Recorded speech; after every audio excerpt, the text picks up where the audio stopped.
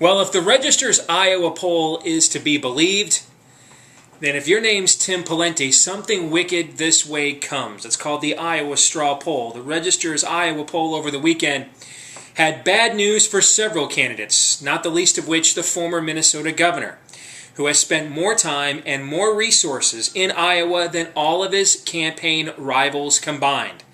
So what does he have to show for it? Well, 6%. That's right.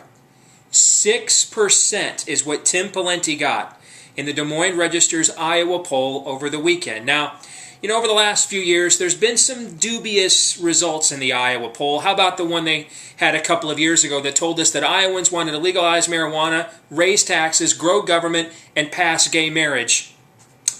Apparently, those that voted in this last election cycle didn't take part in that poll to give them that data.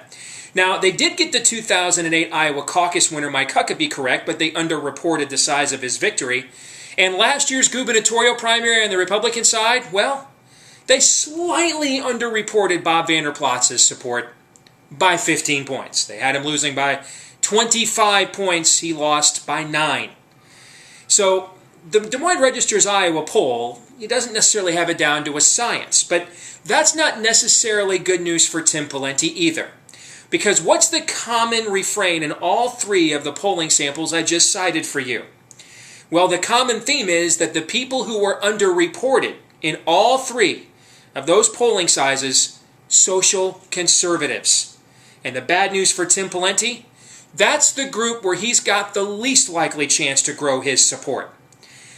Tim Pawlenty campaign, scrambling right now. It's basically do or die, the degree all-in moment for them coming up in less than 50 days. The Iowa straw poll, if they don't win it, it's really hard to justify why they're still in the race the day after. Thanks for joining me here today at stevedeace.com. You can email me, steve@stevedeace.com.